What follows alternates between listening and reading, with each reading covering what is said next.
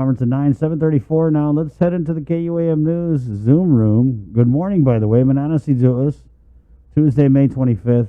Customs Chief Ike Peredo standing by. Good morning, Chief. Morning. Morning, Chris. Morning, Sabrina. Good Good morning. morning, Chief. How are you? Good. We're doing good. We're doing all right. I guess we just wanted to first start. We'll just get right into it. We've interviewed the chief of police yesterday, and he was talking about how he is losing so many officers to the Navy, to the port police, to the federal, because the pay for the officers is just not equitable to what they can make elsewhere on this very island, right? And so, are you experiencing that same kind of thing, Chief? Are customs officers leaving the agency, or are you guys okay over there?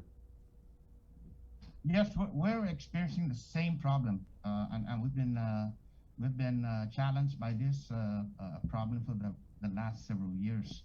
I've mentioned this before, and one of the biggest concern is that, of course, we have our counterparts here in Guam that is also handling the port of entry up at the airport, and that's CBP. And so a lot of our officers that have really moved on have transferred to the federal side. Just to give an example, last week I just lost two officers. One is going to the federal probation, and the other one is going to CBP. So yes, we are also encountering this similar problem as what GPD is encountering right now, and there's been a lot of discussion on this issue. And let me just say this: last week, Dr. Fee presented an overall report on this matter with respect to post, and I think they're looking at trying to figure out what's the best way to address this concern with our law enforcement here in Guam. So yes, we are experiencing a loss of officers. Do you have any officers, Chief? Because I remember it kind of seems like back in the day they were more willing to just suck it up, even accept the lower pay because they just wanted to be part of the solution, you know? So do you have officers who tell you, man, Chief, I could be making more over there, but, I'm just down for you and I'm down for Gov Guam? Oh yes, we do have officers that are very supportive to our needs here, and they're looking forward, and that's why they're working with management and in trying to find better ways to retain these officers, and that's one of my biggest priorities right now. And I've spoken to the governor on this issue. I brought it up and recommended that we should find a solution to help retain these officers that are currently with the agency, because they're very supportive to our organization and they want to stay. But again, you have to understand the challenges that we have. And there's a lot of challenges that the officers will be concerned with. And of course, the pay is there. There's other issues. Retirement benefits are better at the federal level from their standpoint.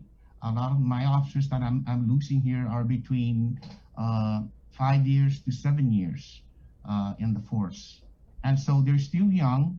They're seeing this opportunity that they can move forward to another organization and excel in that organization because of the perks that are being offered to them, and I support that. Chief, can you kind of go back because Chief Ignacio also mentioned this presentation by Dr. Richard. It's Richard, no? Richard Fee? I think yes, his name is Fee, Dr. Yeah, Fee. Dr. Fee. So what did he do? He did like a presentation for who, and then who was present, and what was the point, the gist of it? Well, actually, what he did was he did a correlation with all the different law enforcement organizations here in Guam, and he identified the pay scale for each of this organization, and then he explicitly mentioned that I provided examples of the different and the disparities in pay, such as a customs officer in my organization makes less than a port security guard down at the port. and likewise with the other agencies that are also bringing the same issue. So they're trying to create some sort of a medium where it will satisfy the needs of all law enforcement officers, and hopefully that we can retain these officers and not have them transferred to other agencies. Chief, what about this PARI bill? I think it's was it Senator Moylan's PARI bill? You testified in favor of that one? Yes. Insofar as Senator Moreland's bill is concerned, I did testify because I believe that POST can come up with a similar structure to improve the retention of our officers. And recommendation is to establish a tier within an organization, whereas the first three positions within an agency will just have to meet certain requirements after certain years and move to the next level, rather than just waiting for openings, which is very seldom in our agency. And this way, officers can start advancing and don't have to wait 20, 15, or more years just to get promoted. And so that's the advantage that I like about that bill, is hopefully they can establish some sort of tier for law enforcement, just like the way the military does it. From an E1 to an E4, it's an automatic promotion after several years. And then when you get to the supervisory level, that's where the competitive comes into the picture. I kind of wanted to go back to that Dr. Fee report or assessment of law enforcement pay. So did I hear you correctly that the port police was like the highest paid law enforcement agency? When you talk about starting pay, yes. Mm-hmm. Who was next? Say again? Who after the port? Like, what are the top three? I think after the port, then it comes back to the police department. So port starting is what, 18 an hour? Something like that, yes. Wow. What's the starting for customs? I think it's 1177 for recruit. Wow. Have you lost any officers to the port? No, not to the port. A lot of my officers that have been exiting are going to the federal side. CBP? Yes, and of course, because the position and the work that they do is similar to CBP. Wow. And so we're seeing that all over. Is it mostly like entry-level customs officers, Chief, that leave your agency, or are you getting an exodus of any of like the senior personnel? No, it's mostly middle management. In this case, officers who have spent 5 to 7 years with the agency, and they get to apply for a position with CBP with the experience that they have, the accreditation that they got from the academy, from the Criminal Justice Academy. Some of my officers start as GS9. Wow. Mm-hmm.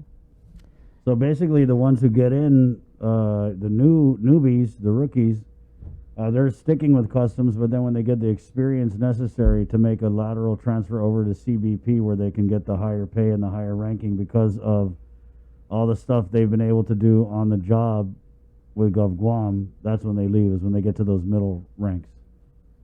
Yes, that's the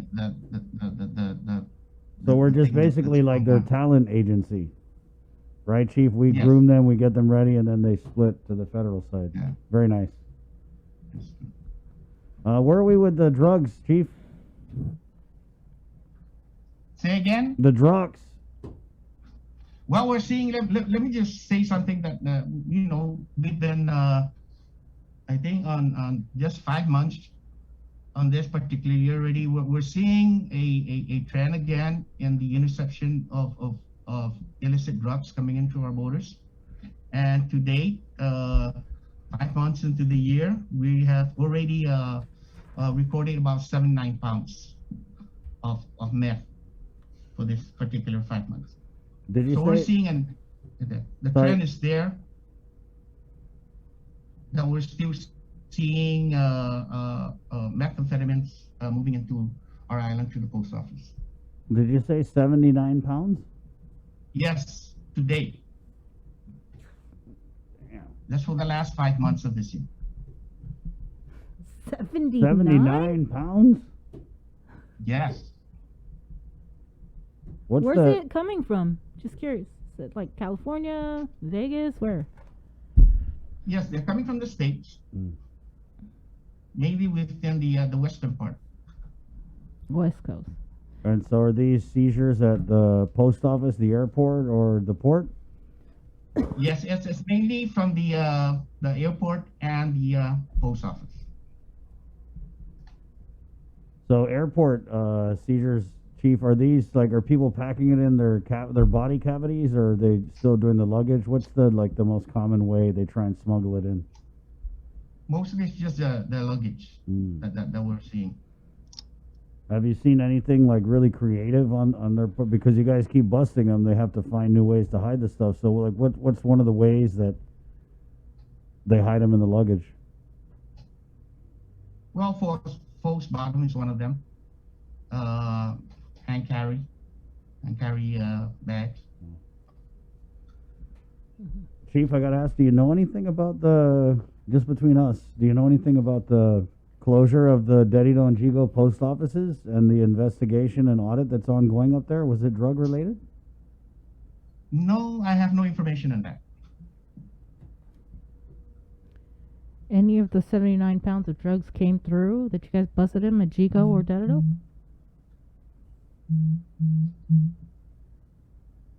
No information on those investigation right now. I mean, is it you can't comment on it because it's ongoing, or you just don't have information? No, I just don't have information on that. So you said airport and post office. Are you guys doing inspections down at the Port Authority? You're coming in muffled there. Can you repeat? Yeah, are you guys doing inspections at the Port Authority? Oh, well, actually, we're still doing inspection at the port. We have increased our manpower down there. We have also increased the utilization of our canines down at the port, just to make sure that we're still showing them that we have a presence down there, and hopefully we can come across some of the seizures. But so far, at this point in time, we're still trying. So there hasn't been any seizures right this year at the port, Chief? No. Which of the post offices is the one that's really hot? Where you guys said 79 pounds of meth, part of it airport, part of it post offices. Are we talking GMF, Chief, or? Yes. We're a lot of these interceptions are coming out from the main post office. Wow. And have these been straight up seizures, or have there been any investigations where you guys put in the, what do they call that, Bree? The clue spray or whatever? Like, Well, a lot of these are ongoing cases, and sometimes it takes 2 to 3 years just to mitigate this particular investigation. So that's why we don't comment on it. Wow. So some of it is just you get the box of meth and you seize it, then others is, okay, let's take it out, let's replace it with the sham, put the spray on it, and track the delivery and all that, right? Yes. Right on. Well, Well, good job. 79 pounds of meth. yeah. Is it just meth? Anything else? Like any other kind of drugs? And weed. Cocaine? Heroin? Oh yes, we're seeing also an influx of marijuana coming in, and of course, although marijuana is legal in Guam, it's still prohibited under the federal law. And I think, based on my information, I think we have seized over maybe about 115 pounds of marijuana. 115 or 150? 115. 115. Wow. In the past 5 months? Yes. Is it the chronic, Chief, or? Not really. A lot of these people think that just because Guam has initiated a new law that they can just bring in marijuana, and of course there's a federal law that still applies, and it's still prohibited. Right. So are these with the marijuana seizures? Is it through the dogs? Yes. Wow. Like through the airport, like people coming in, or is that through the mail? How are they bringing it in? What's the That's, port of entry? That's the interception at the post office. Post office. Any other drugs? So weed and meth. Chief, any like other drugs? What other drugs are there? Fentanyl? I don't know. Cocaine. Cocaine? Well, we haven't seen any fentanyl at this point in time.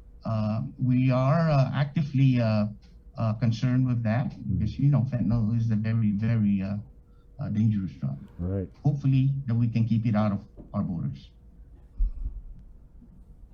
Well, there you go. 200 pounds of illegal drugs, 79 pounds of meth seized by Customs in the first 5 months of 2021, 115 pounds of the marijuana. He said no cocaine. No cocaine. No. All right. Well, damn, Chief. So we got a drug problem or what? Well, hopefully that we can continue to move on in this issue. The governor's very concerned with the importation of illicit meth coming into our island, and we're doing whatever is possible from our end to ensure that we prevent this illegal substance from coming in. But Right, Chief, and this is just what you guys caught coming Right, in. that's my next doesn't- question. Yeah, Yeah, doesn't so- account for what. so you see 79 pounds of meth. Like, how much more do you think it got in? Well, I don't have that figure, but Yeah. it's based on what we hear in the streets, and of course that's who we work with. We work with the police department, DEA, and the other law enforcement agencies that are here in trying to mitigate this problem, and hopefully that we will continue to prevent the introduction of illicit drugs into our island. What you hear on the streets from GPD is Matsuda, right? It's the meth is spilling out everywhere. Well, we're monitoring the prices that are on the buys and the controlled deliveries that you're doing, and from there we tend to just analyze that and come up with some sort of analogy of what's going on out on the streets. Chief, is there like a formula? So like with like customs or law enforcement, where if you seize this amount of drugs, then that means this amount is coming through. Like so when you talk about seizures, like what percentage of drugs coming into the island are seized? Do you think? Well, I cannot give you that figure at this point in time. We will need to get with the police department and hopefully that we can analyze that and come up with that percentage.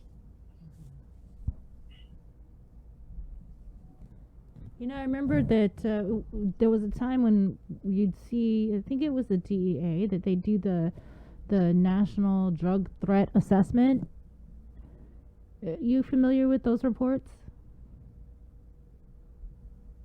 That's coming from the federal side. Yeah. But are you familiar with those reports? Because I think Guam is included. Yes, I do get some information with the national strategy, and I tend to read about it, and of course they're talking about big figures there, and hopefully the trend on how drugs are moving in to the U.S. and mostly the trafficking that's taking place between Mexico and the western part of the United States, such as California, Arizona, and Texas. Yeah, I was just wondering what it said about Guam. No, actually, not really. I haven't really come across anything about Guam. Okay. Well, we do know that federally our application to be designated a high intensity drug trafficking area was rejected by the federal government. Chief, do you agree with that assessment, or because I mean it seems like we're pretty high intensity? Well, actually, I haven't heard about the new application for the high intensity drug enforcement, but actually, I did recall that the police department and the AG were submitting an application again for this particular region. Yeah, and we had the AG on, and it was rejected, but he said that they're going to submit another one. Yes. Okay, you good, Bree? Yeah. Yeah. Well, Chief, anything else you want to say before we let you go? Well, that's about the only thing I can say right now. Again, it's sad for us because ever since the pandemic hit us, we've been trying to procure 4 additional drug detector dogs, and the governor has supported that issue, and we have the funding for it. But the challenge that we have is that the carriers are not moving and transporting working dogs at this point in time, and hopefully that they can lift the ban on that, and we move on with our program with the canine drug detector dogs and acquiring 4 additional canines for our team. What happened? Why aren't they transporting the drug dogs? Yes, because of COVID, they suspend the transportation of working dogs, and it's just one of the things. And we've been communicating with our carrier, United, and they're saying that hopefully that they're going to lift the ban on that, and we can move forward with that program. And I'm excited about that because we want that 4 additional drug detector dogs so that we can continue to pursue our program here. And hopefully that we can prevent the importation of illicit drugs into our island.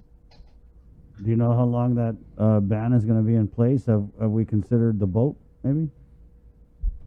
Well, we were hoping that the ban was going to be lifted by June, but I guess we haven't heard nothing, and hopefully that something will change, and we'll be given that opportunity to move on and procure our dogs and get them in. Well, Chief, thank you for your time this morning. Thank you. Have Of a nice course. day. you. Right on. There you go, Customs Chief Ike Peredo. Right.